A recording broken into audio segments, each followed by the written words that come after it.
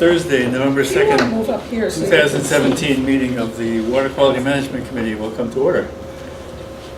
We are joined by Paul from the Planning Board and Miriam from the League of Women Voters and the Enterprise. So, first item on the agenda is to discuss the monitoring data from Blacksmith Shop Road wastewater treatment facility with Amy Lowell, wastewater superintendent. This is a subject that came up at our twice last meeting over the question of what is happening with the plume that's emanating from the wastewater treatment plant since the town upgraded its treatment, and Amy is here to answer that question. Hi, how are you? Glad to be here. I believe there was also a question about New Silver Beach treatment plant capacity related to your Wild Harbor discussion, so I'm prepared to talk about that a little bit at the end. That's the next item. Right. So this slide shows a few things. It shows, here I'm going to just go. Do you want me to switch slides if that would help you? Switch slides? If I... Yeah, maybe. I'll stay up here for a moment. So right here is our new wastewater treatment plant. This was built, you can't see much because it's a small plant and it's concrete tanks. It was built in 2005. These three beds here is the original wastewater treatment plant that was built in 1985. And so I wanted to I'll talk more about the details, but this slide is mainly intended to focus on showing where all our wastewater treatment facility monitoring wells are relative to the wastewater plant and its discharge. Over here to, wow, that's a nice effect as I go by there, is West Falmouth Harbor. Over here to the west is West Falmouth Harbor. And our discharge goes, after treatment here at the new wastewater facility, our discharge goes either to the 5 original beds that were built in the 1980s. This is beds 1 through 5, and those are sand infiltration beds. Beds 6 through 8, beds 9 through 13, or now, off the map, because this is new and not part of your plume question, are recharge beds 14 and 15 north of that. I've also got on here the old spray irrigation areas. The town used to, until 2005, discharge in the summer or in the warm months to spray irrigation areas, which were east and north and even a few west of the other recharge beds. The monitoring wells, this is monitoring well 1A, which is an upgradient monitoring well. Obviously, it's upgradient of all of our discharge. The groundwater, so these blue lines are the sub-watershed lines to West Falmouth Harbor. So groundwater flow is this direction. So this monitoring well is upgradient. Monitoring well 2A is immediately down gradient of our 5 oldest beds. Monitoring well P4 is down gradient of the beds that were installed in 2005. Monitoring well 10 is on the other side of Route 28 off of Ambleside Drive. So is down gradient, I'm not clear exactly of which beds, but maybe of all, or maybe directly from 6 through 8. The further you get from the beds, the harder it is to tell exactly, or it becomes a little more complicated. Monitoring well 13 is very close to an upgradient of Mashapaquet Creek up here on near Dealey Lane.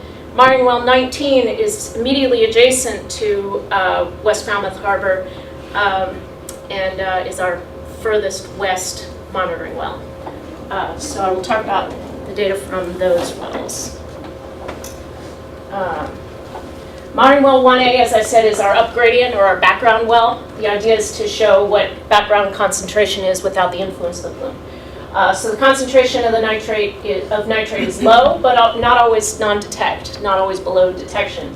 Generally below 1 milligram per liter. It does appear to have increased slightly over the last 20 years, what are we talking about, almost 30 years. Perhaps because of increased human impact upgradient, increased land use upgradient. And what's the sampling frequency? So quarterly. Quarterly. We sample all the wells quarterly for nitrate. For nitrate, TPN, but nitrate is, I'm showing nitrate here because that's what moves with the groundwater. You have any thoughts on what that spike is? I Lab think error.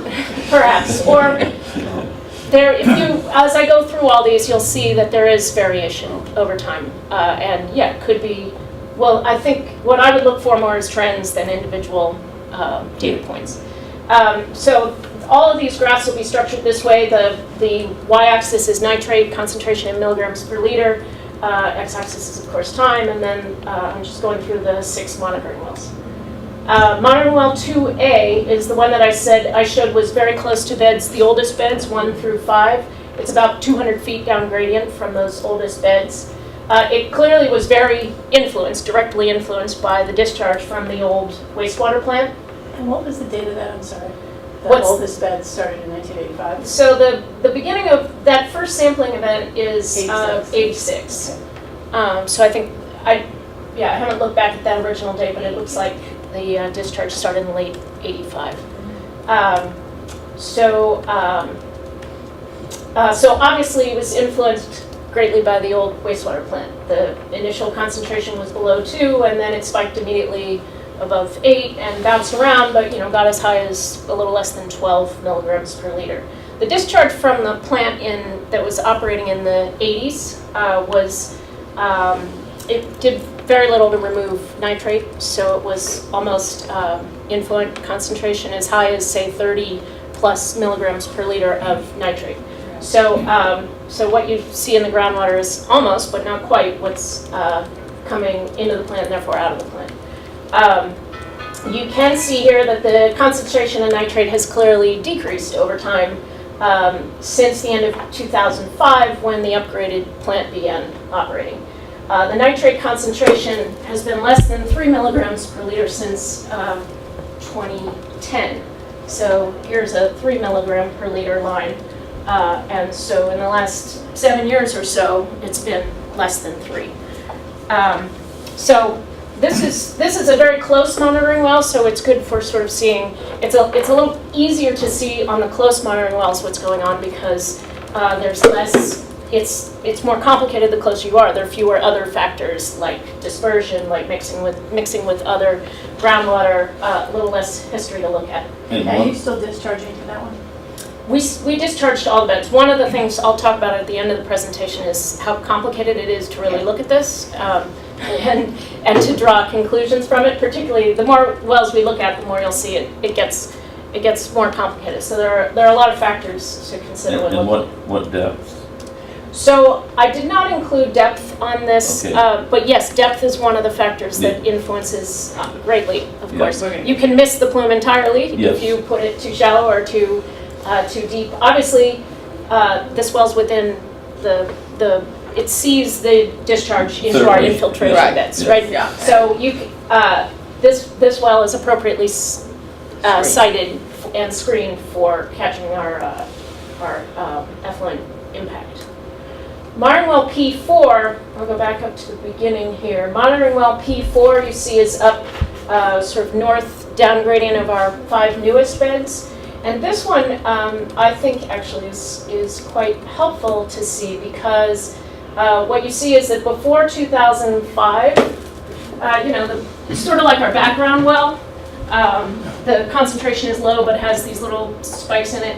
And then since we started discharging in those beds immediately up gradient of this, the concentration went up a little above 2, and then it stayed a little higher but lower. So a little high, but so it's elevated here above background in general, but it's not peaking the way obviously our old wells did because this is down gradient only of our newest discharge. It's going back here again. This well appears to only be seeing the effect of discharge to our newest, or now they're not our newest beds, but the beds that were constructed in 2005. So these beds never saw the wastewater effluent from our old plant. They only saw the effluent from our upgraded plant. And there is an impact there, but not the kind of impact that we saw in Monitoring Well 2A, for example.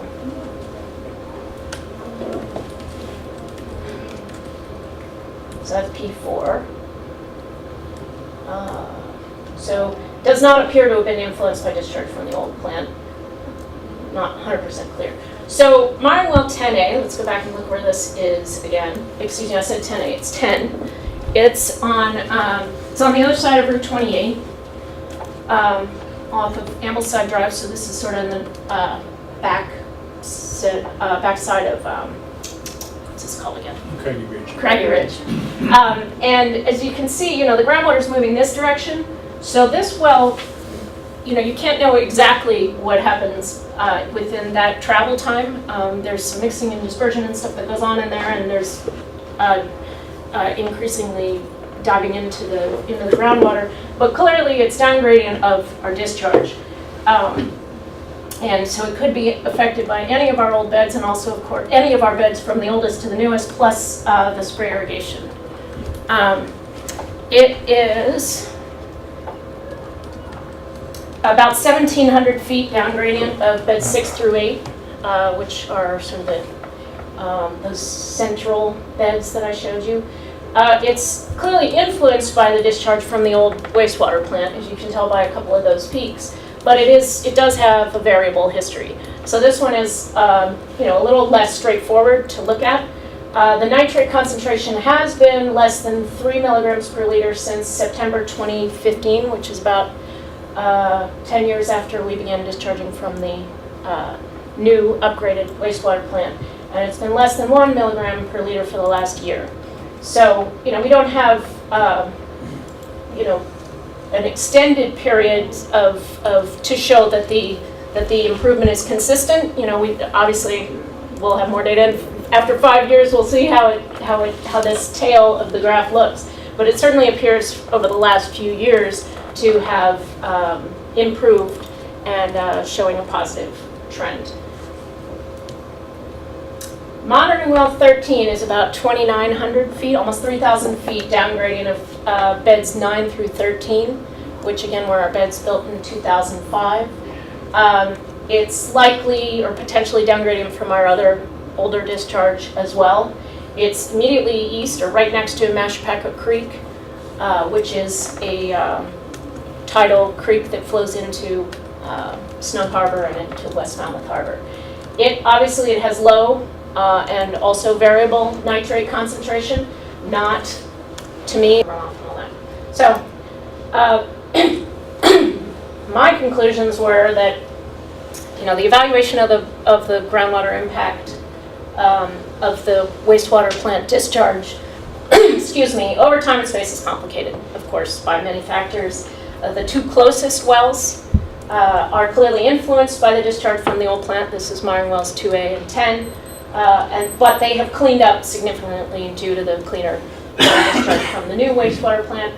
The discharge from the upgraded plant to the new beds has only increased groundwater nitrate concentrations slightly, some. Well, P4 was the one that's just close to and downgrading of our newest beds. Nitrate from the original wastewater plant has not, quote, washed out yet from the furthest downgrading groundwater, which is Myron Well 19. So there's still more monitoring to do. But overall, I think it's progress. Good progress, but it's not. We're not looking at recovery, full cleanup. This was just a summary of all of them on the same page. Amy, what was the depth of the upgradient of the 1A? Do you know what that? I can look it up. I don't. I guess the following question to that is, do we have monitoring wells around the landfill that would let us know what the impact of that landfill has been on the groundwater? So in other words, can we have a deep plume from a landfill going down underneath our plant? No. It will be a deep plume, but it's not underneath the plant because the data that we have so far shows that it flows south of the plant. So my understanding is it's south, South. though it is close. Yes. And it's upgrade, but they're sort of like. So I have not. I don't monitor Myron Wells around the plume or around the landfill. I imagine that the town is required to do some of that. I am not familiar with the landfill monitoring, but it is my understanding that plume ends up flowing south, but close to. Right, and it follows that general curved path towards towards Buzzards Bay. But the actual front of it has not been defined. And it doesn't end up in the harbor, is the concern. No, that's right. It doesn't end up in the harbor, right? So I did want to I have 2 slides about the rest of the monitoring wells. We did install a ridiculous number of monitoring wells for the 2 new beds, 14 and 15. And it's monitoring well 20 is the upgrading well, and it's furthest to the east. And then we have a set of 6 monitoring wells, 21 A and B, 22 A and B, 23 A and B, that are immediately down gradient but sort of spread cross gradient from the 2 new beds. You can't even see the new beds, they're under the label of 21B. And then we have a couple of down gradient wells, 24, 25, 20 A and B. And we have been monitoring those quarterly, and I just wanted to show you that data that the highest concentration there is our background well at the moment, but they're all very low, so it doesn't really mean anything. I just want you to know we're monitoring them, and we have a good background data set so that we will see what happens there in a lot of detail. We really have not, we've only begun discharging consistently to those beds this fall, and that is generally split flow between one of 14 and 15 and one of the beds to the south. So we really aren't seeing anything yet, I think, from our new discharge. Anything else on the plant monitoring wells? Because I have a couple of slides on New Silver Beach. Because that question. Okay, any other contributions by committee members or questions? Press, anybody else before we move on? I just have a comment. I thought it was a very good presentation. It's really looking at all the issues. The only concern I have, I think you raised, is what depth are we measuring? Because you may be missing some of it. And I know you can't put wells all over the place, but I don't know what the relative well depths are for all these wells. And you may be catching some plumes, you may not be catching any. So the only thing is, and I don't know how you overcome that, because that would require would you call an insane number of wells? I see insane. Large number. And introduce more variability into the results. Yeah. The thing is, we do, monitor well 19, I think, appears to be a good one. When we see a significant improvement there, I think that will be a positive sign. I think certainly we could put in a lot of wells and see in a lot more places what's going on, but I don't know what it would really accomplish. We have wells that tell us, upgrading wells that tell us it's improving, and a downgrading well that tells us it hasn't improved enough yet. Hasn't reached it yet.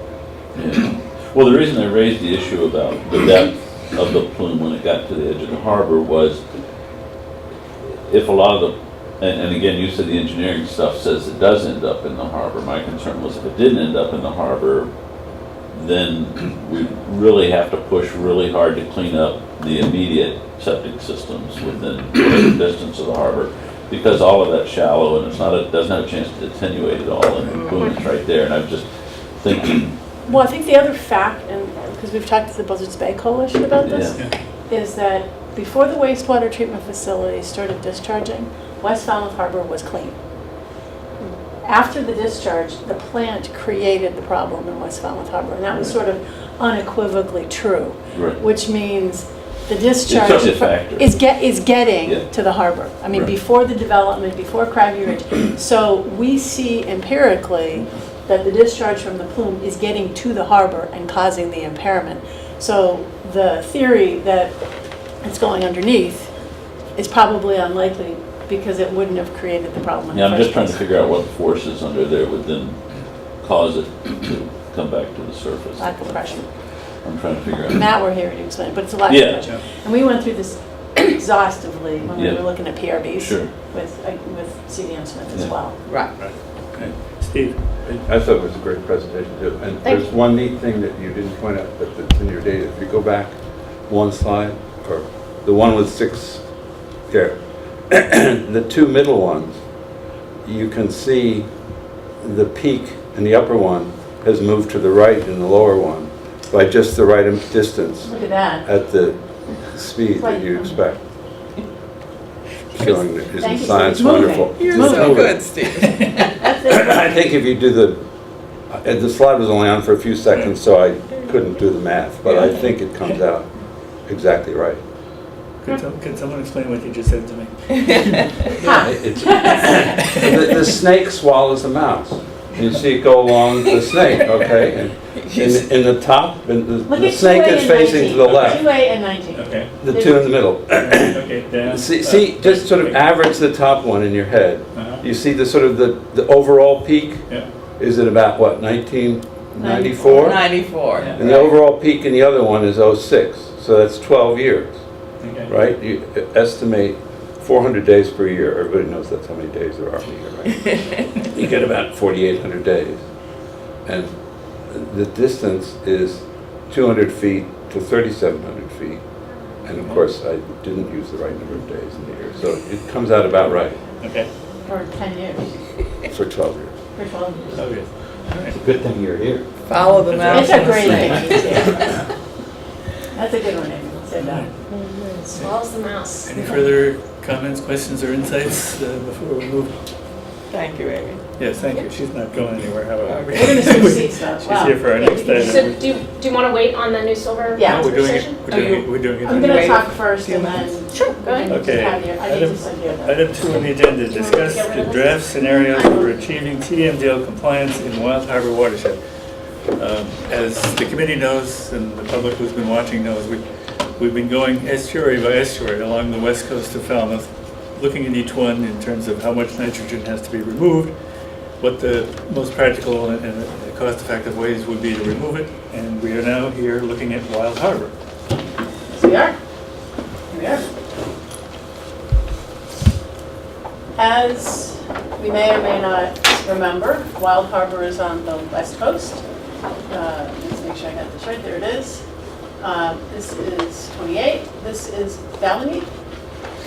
28A, Burley Boulevard. So we're still in the North Falmouth part of town. So it's just an aerial view. The next one's a little better.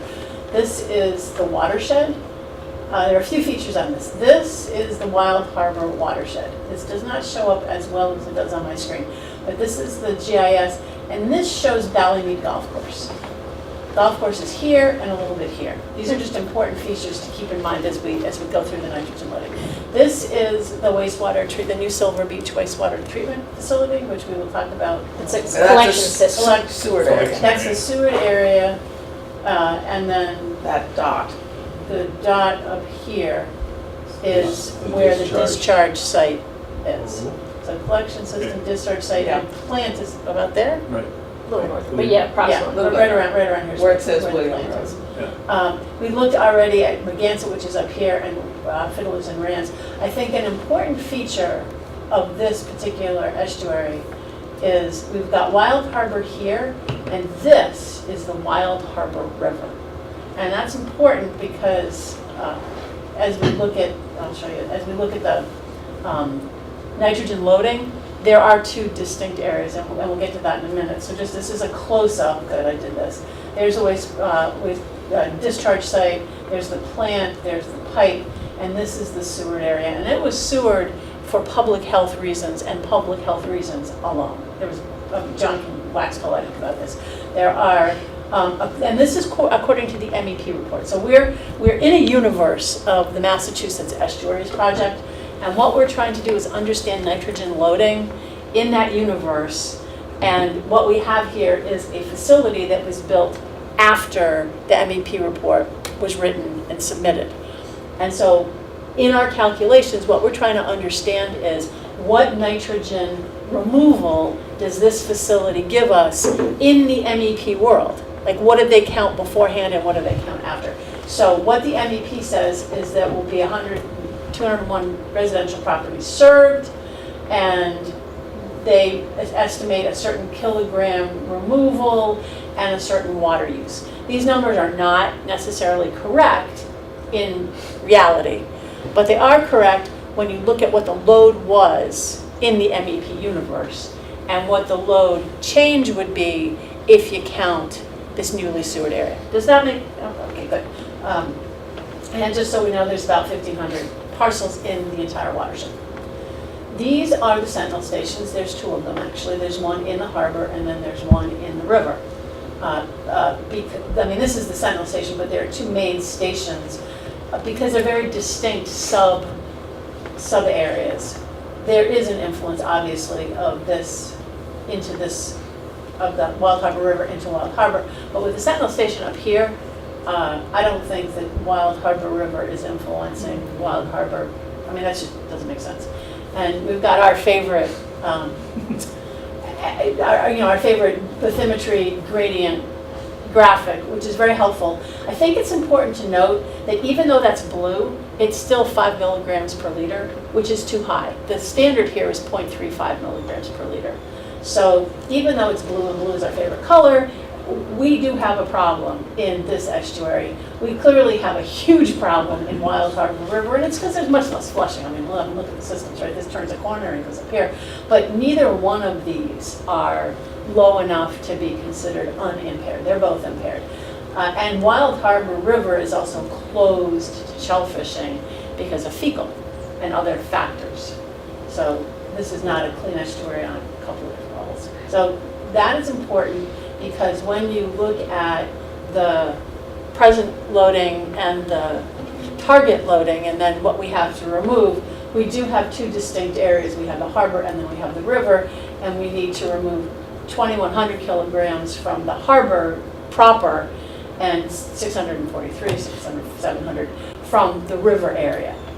And that's important because, well, and we know where our sources are coming from. Mostly it's septic systems, as usual. There's a pretty big increase from the golf course because Ballymead is huge. I think MEP has overestimated that load, but 13% is 5 or 6% more than we see in any other golf course area. So it's big. It's a big point source, if you will. So why that's important is when we get into these metrics. I'm going to go back, because we're going to start talking about the numbers here, and remind us that if we're looking at Wild Harbor River, we've got about 700 kilograms, and if we've got Wild Harbor, we've got about 2,000 kilograms. But in this chart, Can you go Yep. for a second, to the color one? What's that pond at the very bottom? Does that matter? not particularly. I mean, it's a source, but it doesn't have a sub-watershed removal the way. I mean, And that's if you Dam remove Pond. from the brown area and from the upper Well, you see how one, this is would you Dam still Pond have a Stream, problem? and the answer is they're not looking for any removal coming. MEP doesn't think any removal from Dam Pond Stream should contribute to the overall removal of Wild Harbor system. Okay. If we were going to try to do something to Dam Pond Stream, it would count in Wild Harbor. So if you look at it, if we did something here, it would impact water quality in Wild Harbor River. And so we would just count it there. So, maybe, we were out there actually. We've seen this estuary, that pond. But what I'm interested in is we've got an existing wastewater treatment facility, the new Silver Beach facility, and that is located squarely in the Wild Harbor sub-watershed. And then we've got Wild Harbor River as a different area. And so if you look, not too far, if you look at how we could get to our total, about 2,000 of this is Wild Harbor, about 700 of it is Wild Harbor River. If we think about fertilizer and stormwater in our traditional removal of 25%, we get 300 kilograms. If you take the golf course load, MEP assumed 1,200 kilograms is coming in from the golf course. When we did our nitrogen control bylaw for fertilizer, we interviewed these golf courses and found they are not loading at nearly the rate that the MEP back then thought. We've met with golf course superintendents. They are very conservative in their golf course nitrogen use. So we felt that taking that load away made sense. And if you remember the map, I kind of did the geometry and looked at areas, and about 60% of it is in this watershed. The other 40% is different. So if you take 60% of the total load, you get a pretty hefty number. So if we were doing watershed planning and we were trying to do what the 208 plan recommends, which is take the low-hanging fruit to avoid infrastructure improvements where you can, we've got almost 1,000 kilograms coming from the golf course, and then regular fertilizer and stormwater as a starting place for our removal. And then in the MEP, the New Silver Beach wastewater treatment facility was not counted because it hadn't been built yet. And so they said, well, that'll just help build out. And that's what the MEP report did. It said, you've got a plant, it's going to cover build out. But if we took it as existing removal, you've got 200 and something houses that are now on a system that achieves 10 milligrams per liter. So if you do that math, you take the 26.25 or the 23.26 because you got 10% for irrigation, and you subtract the 10, you've got a quantity. It's not a huge quantity, but it's another reduction that is actually a structural change. So when you add those up, you've got 1,422 kilograms left to remove. How do you do it? Well, you need 327 IA systems in the entire watershed, or another 242 hookups to remove this number. But we need to bifurcate that number because you've got Wild Harbor and then you've got Wild Harbor River. And if you could get part of this in the Wild Harbor watershed hooked up to the sewer, and part of it as IA systems in the Wild Harbor River watershed, you'd be doing the right thing environmentally, because you'd be taking away the right amount of nitrogen from each of those sub-watersheds. And so part of what Amy and I began talking about is what kind of capacity might be possible for the new Silver Beach plant. And did you have that on your slides, or do you want me to just talk through what we discussed? Can you just tell me, so the fertilizer, what you're showing here is what you think we could remove from each of these? What's 174? 174 is 25% of the total that the MEP report calculates for the fertilizer load coming from houses in the Wild Harbor watershed. There's a rainbow sheet. Yeah, no, I know, Right. but are you saying 25% would come out? Like we're subtracting 170? 25% is 174 kilograms. And we've got that because we have a fertilizer bylaw, and for Little Pond, we actually did the calculation to say if people abide by the bylaw, this is what Okay, what so these happens. are all basically negatives. These are things you think we can Yes. take out. They should be, they should These not are be negatives. red. Except we've had a discussion analogous to this on some other watershed, especially with the golf course. Because Brian, or whoever does the MEP reports, has already normalized the load to make it come out right with a measured concentration in the estuary and the measured flushing and flow. So if the golf course is, if it's wrong that 726 is coming in from golf courses, it means it's coming in from somewhere else. Not You can't necessarily. just, but it might be. Might be. I mean, I haven't researched it enough to know, but that's, somebody needs to be sure of that. The I MEP think report that's was, what this Amy's one was doing, also too. done in 2006, and it could have been, and if you look, it's a 30, the reduction target in this watershed is not huge. This is not a highly impaired water. We're talking about removing, 31%. But the other way of looking at it is, how long have the golf courses been behaving nicely? Right, Yes, it's a good question. and flushing. They've always been economically incentivized to use a minimum amount of fertilizer. So it's probably been behaving well since it was built. Well, I would say the opposite. I would say the management of Valley Mead has adjusted over time, and it's probably highly managed now, where it wasn't highly managed But then the other part of it is, where did Brian come up with the number? Did he go around and survey the golf course people, or did he? I They did a doubt study, it. no, they did a study, and then they apply a golf course number based on, Right, so. yeah. Because I feel comfortable taking that value. Another factor that we've just seen how long the travel time is from our plant to West Falmouth Harbor. How long is the travel time from this golf course to this estuary? Longer. Yeah, well, So it may be that it yeah, hasn't, maybe it hasn't gotten there yet. Yeah, or maybe it's gonna get attenuated. Right. Because I just read a very interesting paper about it. But my main point is that if it really is lower from the golf courses, it doesn't necessarily mean that the total load is really less than they have it down for. Total load might be exactly right. And we might be And it's getting more because it's from coming from septic something, systems. exactly. Yeah. Yes. So you have to put in Good more. thing we have so- adaptive management. Okay, but, It's a very good thing. I mean, I'm saying that in all seriousness. yeah, but I mean, that should be in any draft. Yep. Because it's, Can you put the next slide on? So you see the area that we sewered in New Silver Beach. If you look exactly to the east of it, there are 1,000 little lots Yeah. on which you could not put an IA system. Right. And the only reason we didn't sewer those is at the eastern boundary of that sewer service area. There's a ridge and it goes up. And we had enough distance to groundwater that even though we had crappy Title V systems, Yeah. at least we weren't in the groundwater. Right. And so what we were primarily dealing with down in that basin was, they all had their feet wet. You flushed the toilet and it came up in your neighbor's yard.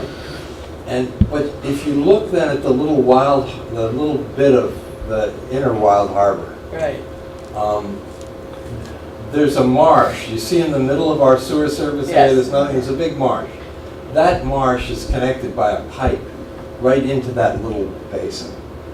And so by sewering that area, we're going to have an enormous impact on that tiny little impacted place where the Sentinel station is.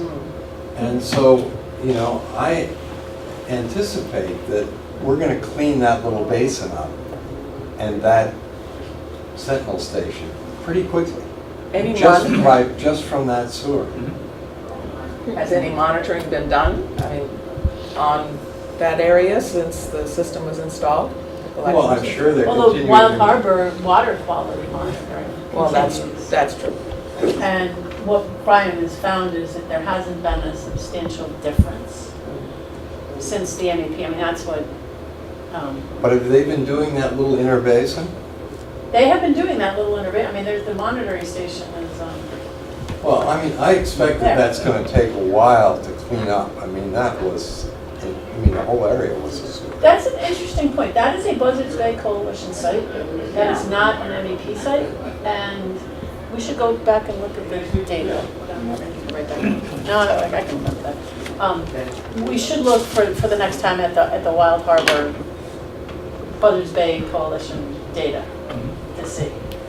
But also, as we think of IAs, that area immediately to the east are not candidates. That sort of segues into the question to Amy about what's the capacity of the plant and then also the capacity of the discharge I'm area. gonna, Please do. I don't have a lot here, but I just had.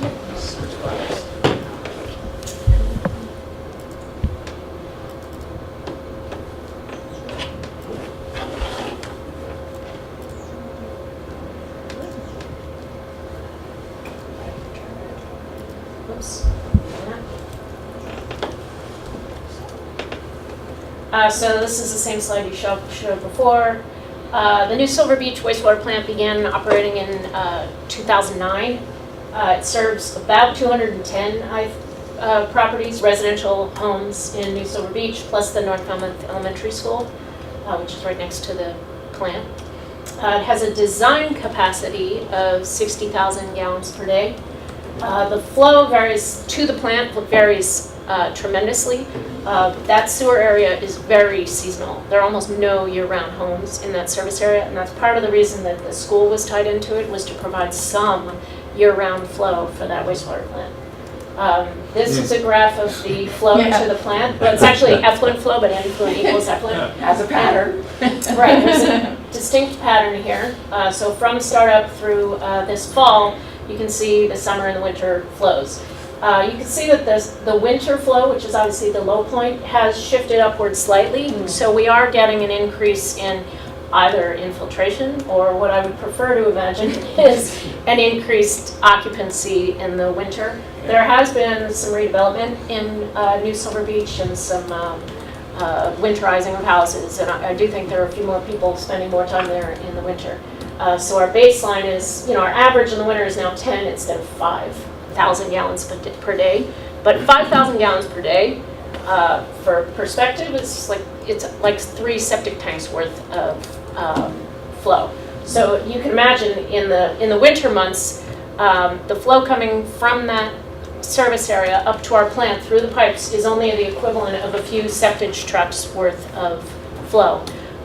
So this pattern makes the plant difficult to operate, to be honest, particularly in those shoulder periods where the flow around Memorial Day week, the flow goes from 12,000 gallons a day up to 22, 30,000 gallons on the weekend, and then goes back down again because people don't even stay necessarily for the week. So even within the winter, you see the flow double day to day in the winter from 5,000 to 10,000, and then you get to the weekend and those shoulder periods, and it just does really change fast. And then the same thing I'm calling them the shoulder seasons. Obviously, each side of that high peak is difficult to manage because it's a sequencing batch reactor like our main plant.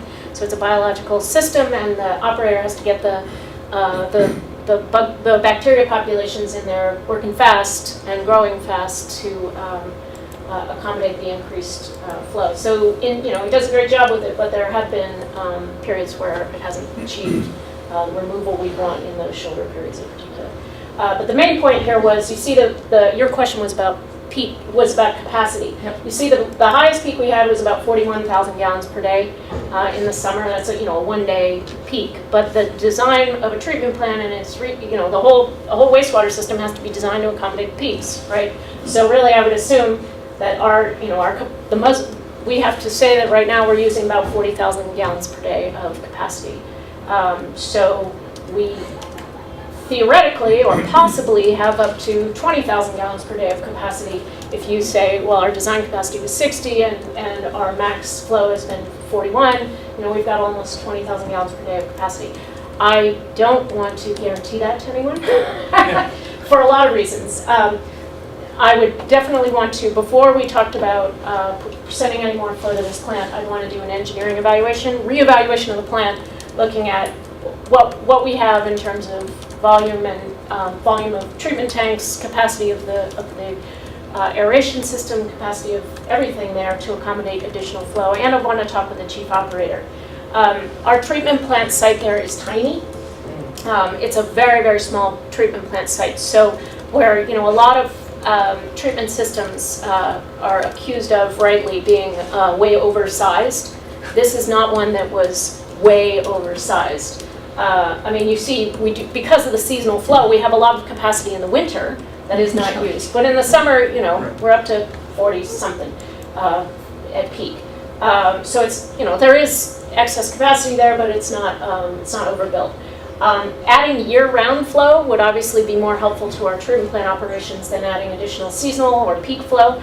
But that neighborhood that you're talking about up Gradient, which is the Mostly seasonal. Right, that's also seasonal as well. So that's Falmouth. That is what it is. But just throwing that in there, that year-round flow would be The other thing, isn't there a DEP rule that once you reach 80% of your treatment capacity, you have to then begin to plan and design? So in other words, we really don't have 20. Right, you have to We build have a 10. margin. We can't divide, you're absolutely right, that should have been on this slide. You can't design up to 100%. There's a, Yep. So you have enough for another 50 houses, At 10,000 gallons. a quarter of what you're doing now. You're doing 210 now. perhaps, Yeah, back the envelope, perhaps. it's small compared to the number that you had down. So you can't do it with this plant as it is now. That's Only year-round people may apply. Yeah. our preferred. Well, could you go up to, could you get, because if you could get the 20,000 gallons, then you'd have 100 homes, and that'd be half of it. Half, yeah. But But you that, can't might design do up to it. that. I was just trying to People not- move the You can't do it. conversation No. in terms of number of houses, because Yes. otherwise But 100 houses. it goes in one ear and out the other. So maybe you gallons per do day. the 50 houses. We'd have to look. You'd have to This is a theoretical number. It was Right. designed for 60,000. We really need to, if we're talking about expanding, we need to relook at Yep. Okay. what we have. And we need to comment on the very small site. It's because it was one house lot Right. and there was a wetland on the house lot.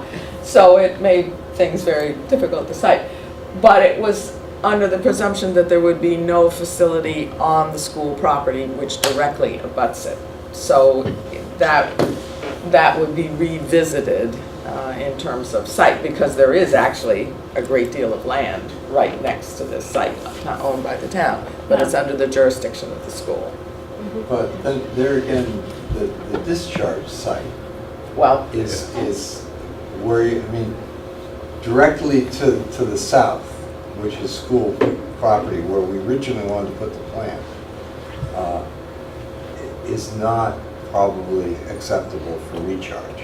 So the recharge area is up above, under the playing fields. I know, I walked it, And, visited it recently. you know, that we probably have to guard fairly carefully. I mean, there's not a huge, we can't expand that, I don't believe. It drops off to the north over a hill, Yeah, and anyway, I think it's a pretty limited discharge zone. I think the same question that's asked of the treatment facility needs to be asked of the discharge site. What's its present capacity and, you know, its limitations? So your statement is that it was not oversized, but you haven't really answered whether its full capacity is for 60,000 or whether there's capacity for more than that. I don't know. I'm perfectly willing to have that, I'm open to reevaluating that for both the recharge and the plant. I just would be very cautious about saying, oh yeah, we got 50, Yeah. or we Yeah. got 20,000. Yeah. And I I probably put shouldn't have 10. even written that. I put 10. But when you said that the capacity was 60,000 gallons per day, Design. for the design, presumably at the, I mean, correct me, this is really a question, but I'm just doing a statement. The designers sized both the plant and the recharge facility for 60,000. Yes. I think the right thing to say is there may be additional capacity, but an engineering evaluation of the plant and the leach, right, discharge site I would mean, need the to be other thing done. you have to assume is that New Silver Beach is going to continue to progress from a summer community to a retirement year-round community. They couldn't even wash clothes there before we built that plant. Yeah. So those people were taking their laundry up to Boston after the weekend. And now that they can water, they want to stay. Now that they can do that, and we also gave them that bedroom cushion. We said, if you buy into this system, we'll allow you to expand the number of bedrooms. So Up those to 4. houses, Up to 4. up to 3. Up to 3. Those houses are going to continue to evolve. Yeah. And they're going to then use up the capacity which we designed for them. Gonna smooth out the peaks. Yeah. There's hope. Well, and nobody's saying that the capacity there will accommodate the 200 more houses that CS graph proposed. No, but I think if we imagine the west coast of Falmouth, what we're doing is going from, Megansett, Fiddlers, Rands, now Wild, did West Falmouth. The idea is we can accommodate these nitrogen reduction targets without sewering, without additional sewering. We have a plant here that we may want to use, and we may have to use for some of those tiny, tiny lots. But IA systems will get you there after you take your other non-traditional alternatives. I mean, I think that's the take home. And I Well, think we have to go back and look at your table now that we've all gotten in our head about the capacity of the plant. I mean, Right. because I agree with you and John that the obvious thing is to sewer that other area immediately to the east of the area, but the question is how do you do it?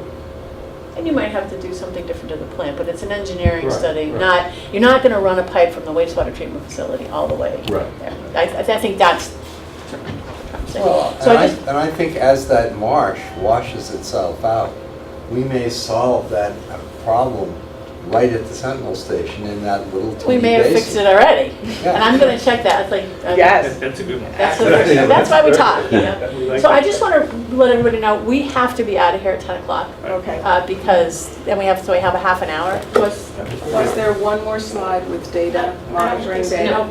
No. No. No. No monitoring. No. Right, any additional comments? Can I ask you a quick question? John? Yes. Is this committee going to make a presentation at the beginning of town meeting next Monday night on some no. of these issues? No, Is you planning to do that? no, we've been asked to do one for the selectmen sometime in December, so we will be doing that. But, Well, some good information coming out. well, true, we did town meeting last year, I think, and I thought we don't want to hit them every year. But Well, the you have wonders of 5 minutes. wastewater. The committee's at 5 minutes at the beginning to No, kind no. of summarize what you're doing. No, we're not. We don't have 5. It would take more than 5 minutes, so. Yeah, as you can see. So we're basically focused on, the selectmen now have this program of each committee presenting, so that's going to be our focus to wrap things together. You can see we spent 5 minutes just talking about a little neighborhood in North Everett. Thank you. Okay, anything else on the Wild Harbor watershed? See, it takes the comments and suggestions and revisit some of these things, and we take it up again. Okay, third piece.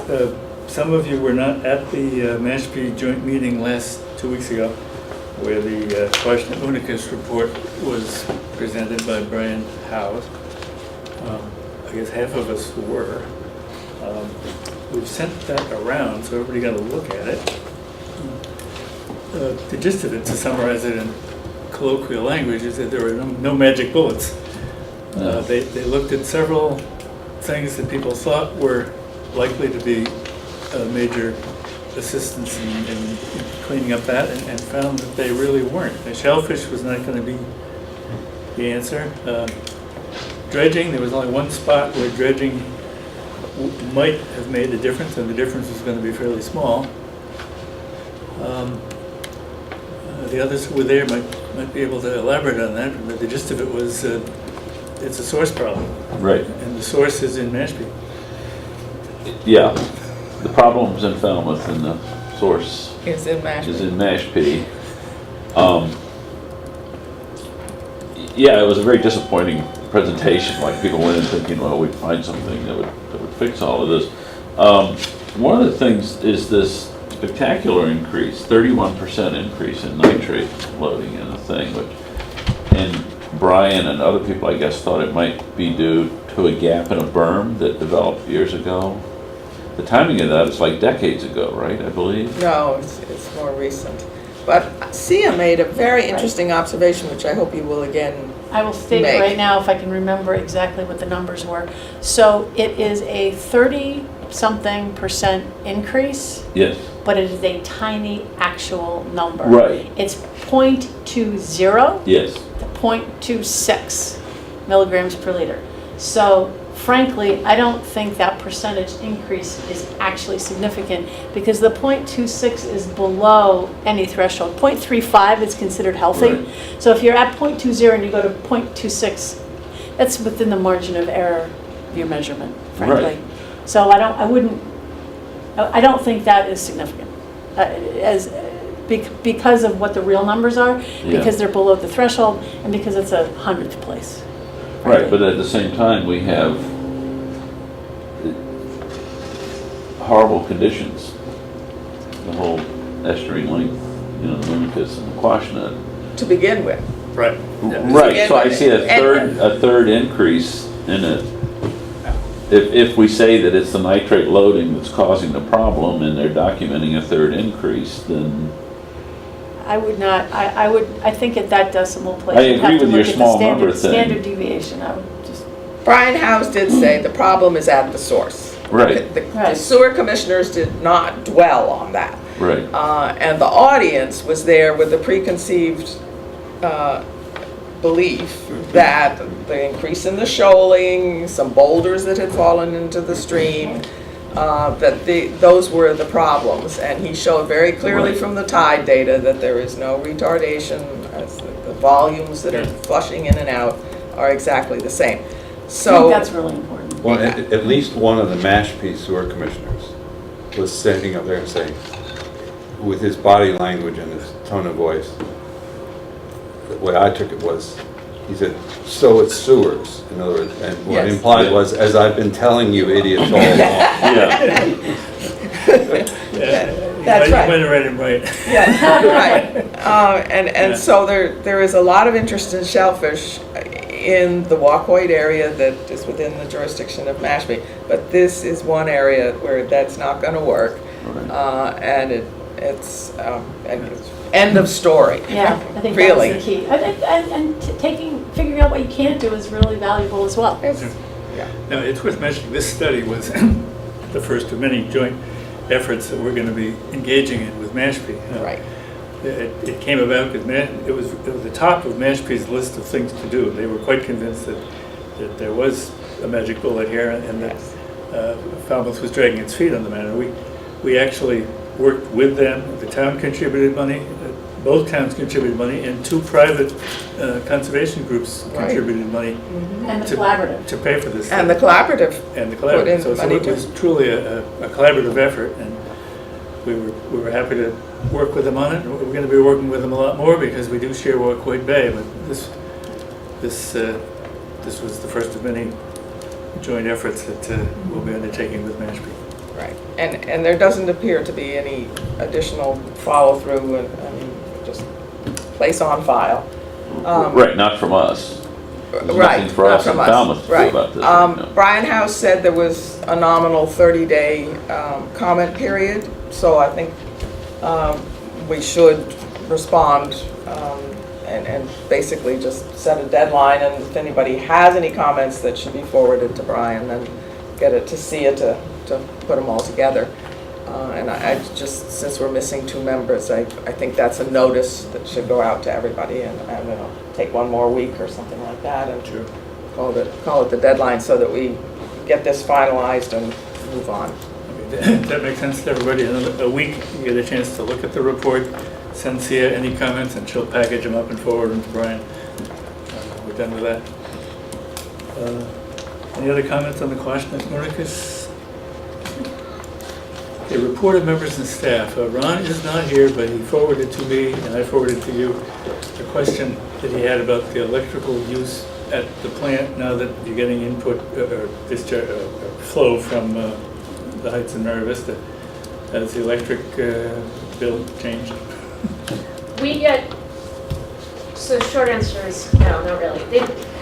I hadn't responded to his question because it was going to take a little bit, but he was asking, I mean, is that the gist of his question is how much has so we have two new lift stations, and each one, we get a bill for each one of them that's like $300 a month. And our overall electricity cost with now that the wind turbines aren't operating, the town will be paying for that, our overall annual electricity cost is about $240,000 a year. So these two lift stations are not a significant contribution to that.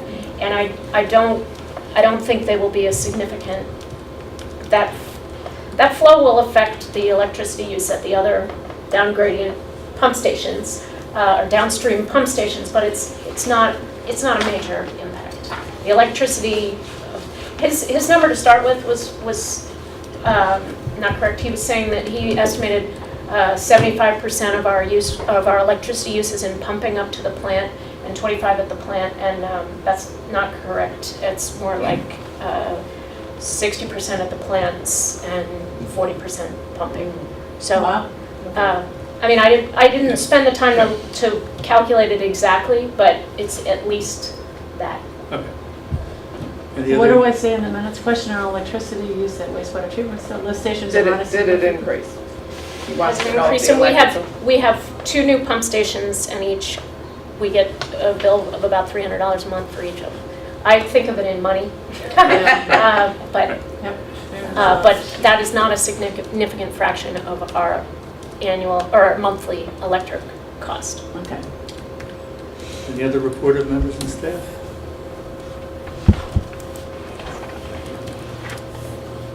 Okay.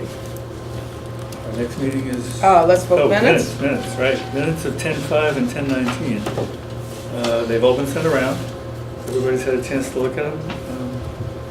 Can I have a motion? Maybe we should do them separately since there were several members not at the most recent meeting. Right. Can I get a motion Sure. to accept the minutes of October 5th? I want to amend it to point out that I was present. Yeah. Sia has You want voted credit? me off the island.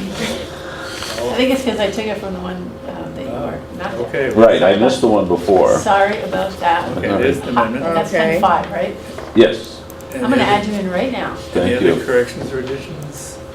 I'll move it as amended. I'll second. All in favor? Aye. Opposed? The ayes have it. October 19th. I'll move to accept it as written. Okay, motion to accept it as I'll written. second that. Moved and seconded. Discussion? All in favor? Aye. Aye. Several can't vote or didn't vote because they weren't there, but that's all right. Yep, I'm gonna get that down. Next meeting will be the No, 16. 16. 16th at our usual place back at the Selectmen's Meeting room. In the usual time. Yeah. Is there a preference on the time? Do you want to go back to 3:30? Please. Okay. The usual time. The camera people would probably appreciate it. Yes. What's the So- usual time? 3:30. 3:30, there we go. All right, do we get a motion to adjourn? I'll move. Second. All in favor? Aye.